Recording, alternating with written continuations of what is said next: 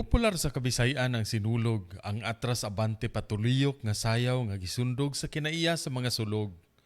Gipahinungod sa Santo Niño nga patron sa Sugbo, ang sinulog nahimo nga batasan nga sayaw sa mga katawhan nga sa Santo Niño sa ilang pag-ampo mipatyabaw.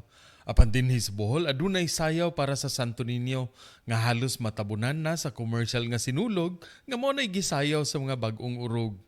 Sayaw nga ang tiil halos dili na mo gintang sa yuta, ang giok na tingali ang unang version sa moonwalk.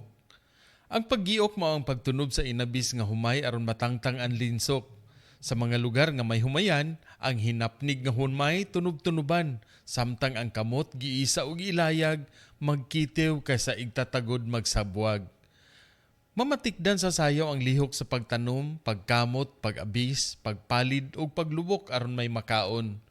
Sayaw sa mga pagano alang sa mga anito, ang giok pasalamat usab sa naghumayan nga may maayog abot. Apan karon gihimo na atubangan sa Santos nga Niño.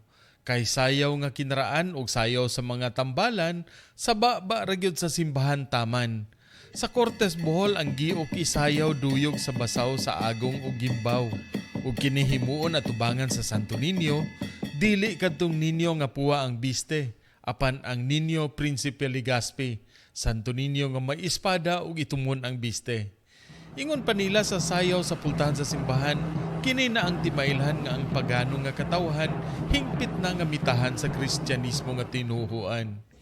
Uban ka namo sa sayaw sa giok sa Pistas Cortes, karon ng Martes ug lahos na sa lamesa kay siguradong busog sa pista. Gikan diri sa Bohol alang sa Maayong Balita Central Visayas, Ray Anthony Chu, PIA Bohol.